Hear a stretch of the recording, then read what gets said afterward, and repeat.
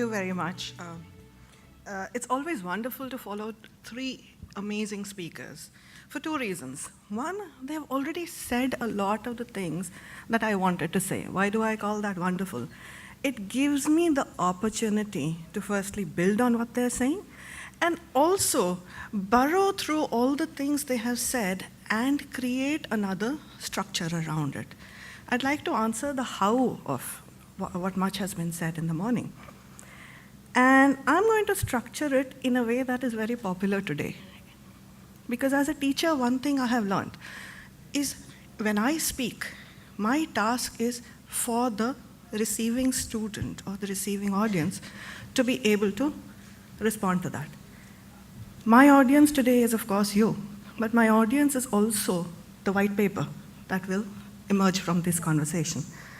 And this government is very fond of acronyms. So here I present to you an acronym in the language that they like. And of course, I'm going to call it VIDYA. So the 5 suggestions that I have are VIDYA. And they speak very much of the same things that we spoke about. The V here starts with values. But when we talk about value education, to be honest, I find it utterly ridiculous when you have a question for that in the exam paper. How do you test for values? You can never test for values. A little bit lower? Does this work better? Thank you. Values are not necessarily only about your roots. Values are not necessarily just about looking back. Values are about your ability to build your community, your nation, and the world, to build a future that works for everybody. When we are talking about schools, values are also about being schooled in a term that I say that we should all create a movement. This is about creating corporate citizenship. Our schools are not just in the business of giving vidya or education. Our schools are also in the business of creating employable citizens. In class 9, 10, 11, 12, Ashish spoke about vocational education. It's not just that, it's also about corporate citizenship. It's about taking independent responsibility. It's about building 21st century skills. All the jargon that we see coming to us in WhatsApp forwards in our teacher groups, this is about building values that will build our future. That's one. I actually had an article out there which had 5 I's. We talked about infrastructure, we talked about inspiration, that's all the things that schools do. But really, I is about innovation. And today I speak to you as the leaders who stand at the gates of innovation. Because it is only you who can choose to do things differently in your schools and your classrooms. Whenever I have spoken to groups of teachers, such as even in a tea break over here or visited schools, I ask the principal, does anybody ever stop you if you want to really do something in your school? And one of the things that I'm advocating, for example, is multilingualism. So I do apologize if I slip into Hindi a couple of times. Because again, the response, no, actually, I don't apologize. I am advocating multilingualism. And the response to that was, nahi, hame to koi nahi rokta. As a school leader, if you really want some change to happen and you have a good case to be able to convince everybody in the ecosystem, nobody actually stops you from trying something new. Stir is going to speak here in the afternoon, and much credit to Ashish for creating the Leadership Institute that worked with budget private schools. And these teachers come together and they say, hame bachchon ka future banana hai. These teachers also, with Stir, gathered micro-innovations. Thousands and thousands of little innovations that teachers did in their classroom every day. And each of us who's been a teacher and a principal, when we say hum bachchon ki ya teachers ki counseling karte hain, what are we actually doing? We're asking them to try something different. We're asking them to innovate in the classroom. What we are not doing, and Professor Govinda, this is speaking to something that I was hoping NUPA would do, and looking for an institutional mechanism for this, is we are not capturing the learning from that. If one school has tried something to improve its attendance, how are we sharing this learning with other schools? Are we capturing that methodology? Are we asking our teachers to join in action research? We need our innovation to be captured. This is where we sort of start the job, but we don't finish it. A job half done is not done at all. So that I would actually ask for consolidating innovation that happens.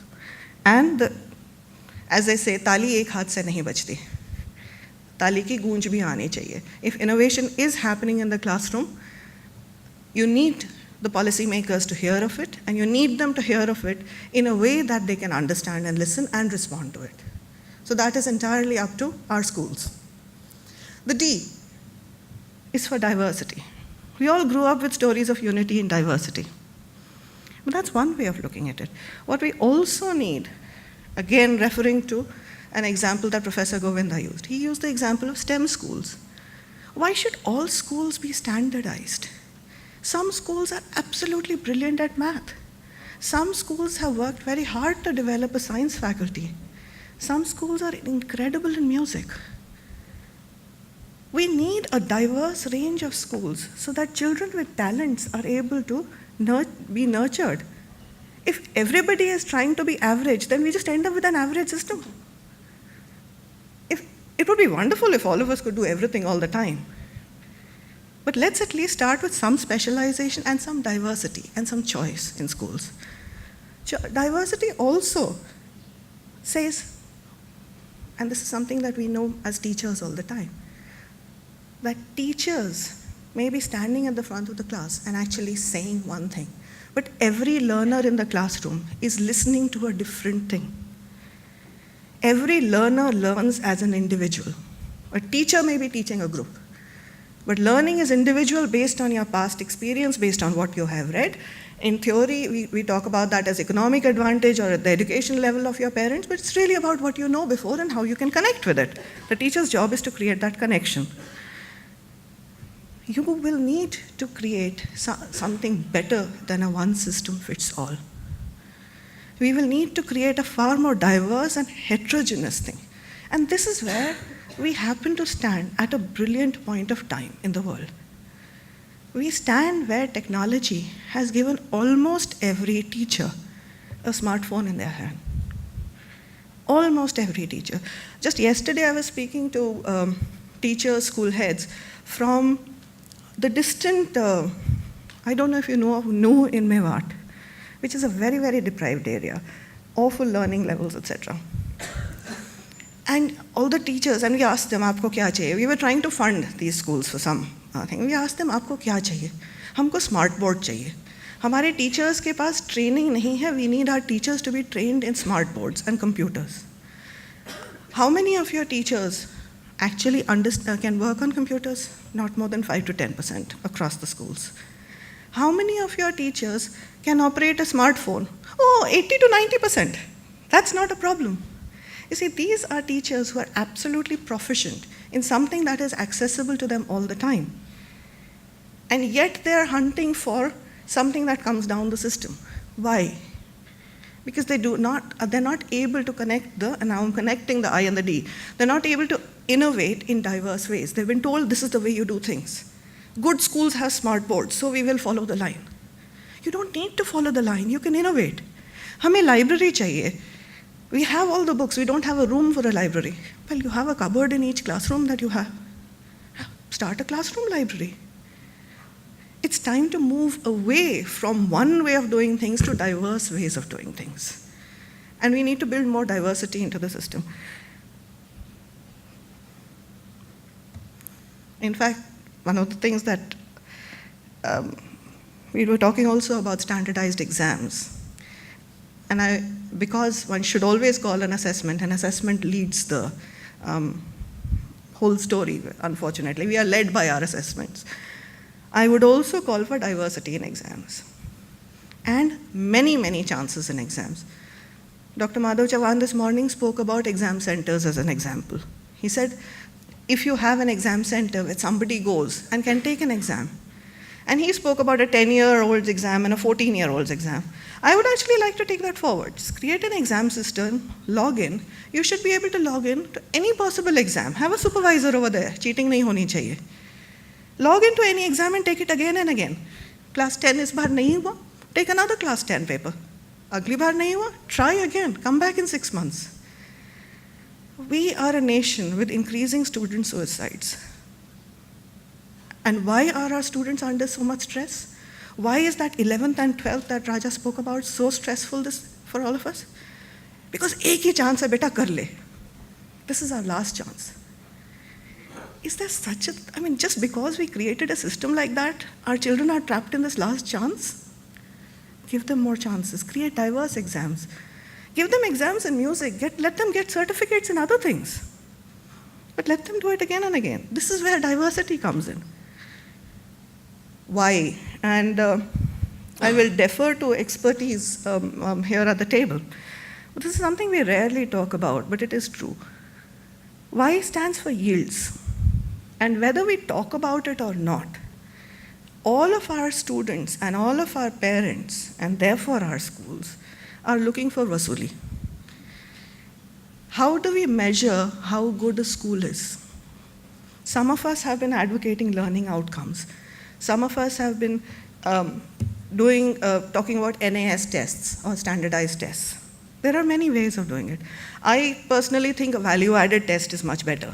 Do a baseline test at the beginning of the year, see how much the teacher has been able to improve, and talk about value add. But those are academic arguments, and we will, with teacher assistance, hopefully find out which is a better school.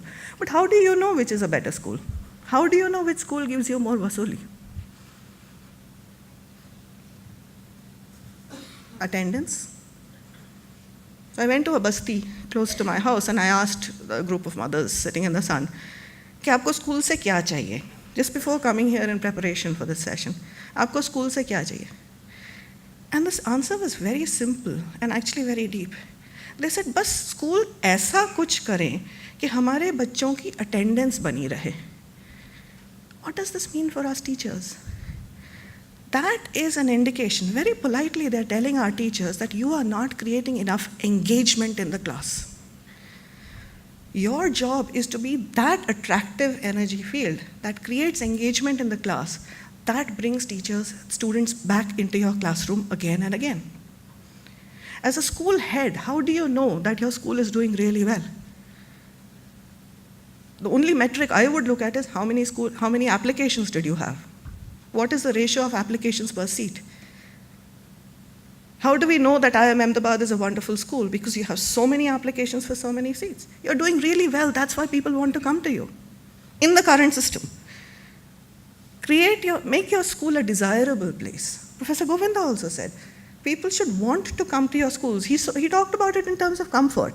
I'm not saying comfort here. I'm saying make fun happen. A child who came back from learning in the UK at age 10, attended class 6 in an excellent school, rank 1, turns around and asks in a group, why don't they have fun in classes over here? Why do they take everything so seriously? I think it's a fair point. I think, we've been asking, why don't children learn? If you teach well, they will learn. I'm quoting your words, Professor Govinda. What does that mean? That means bring that energy into the class. And all of us who've been good teachers, we know we've had those magical classes where it just worked for everybody. The yields. I would not also get too trapped in yields, because that is a trap that we have fallen into. Educationists are notoriously afraid of economists, because when we say this is good education, what is happening practically is we have taken the most efficient route. This is our syllabus, this is the exam, let us do the bare minimum, we call it curriculum. Let us do the bare minimum to get to the exam result. Rote learning, it's a very fast way to do it. It's the lazy way to do it, but it's also the efficient way to do it. We are getting vasuli from every minute in our classroom. But we forget that the curriculum is only a launching pad. It's your learning outcomes written in a language that your student can understand as a basic. You as a teacher have to do much more. Your job is to build that engagement in the class. So my final one, and this comes from John Dewey and very old education theory. is a plea for the A, is a plea for every class to be an authentic learning experience. And those of us who've gone through our teacher training and our textbooks and still continue to refresh our knowledge, and I'm hoping every teacher is a learner too, will remember the entire science of authentic learning. I would encourage you to read it up all over again. It's beautifully written in the literature, where children explore. It's come down to you in CBSE circulars as well, I know. But this is about creating real exploring zones. This is about asking questions. And I will tell a very short story as I wind up. A group of class 9 and 10 students, I walked into a room and I asked them, why are the fans blades? You know that studied all the laws of motion and forces and how forces interact with each other. Class 10, you've pretty much studied everything you need for life. Why are the blades of the fan horizontal, with a slight tilt, of course, and not vertical? If you're going to push air, if the blades are like that, can you visualize that? If the blades are like this, 3 blades maybe of a fan, and not like this, would it not be a smarter fan? Not one student in the group could answer that question. Not one teacher, this was across schools, not one teacher had thought of asking this question. And because I'm on social media a lot, and I think digital is the future for teachers to learn from each other, I asked the question on Twitter. And the standard response that I got was, if you ask such a question in class, teachers will say, sit down, it's not in the syllabus. We're given all these terms, HOTS, higher order teaching skills. What is it? Thinking skills, yes. I mean, terminology is fantastic. It's wonderful to make a 14-year-old giggle and say, yes, we are doing HOTS, haha, whatever. But really, it's about asking those questions and drilling through the why, what next, and who else will do it if it's not us?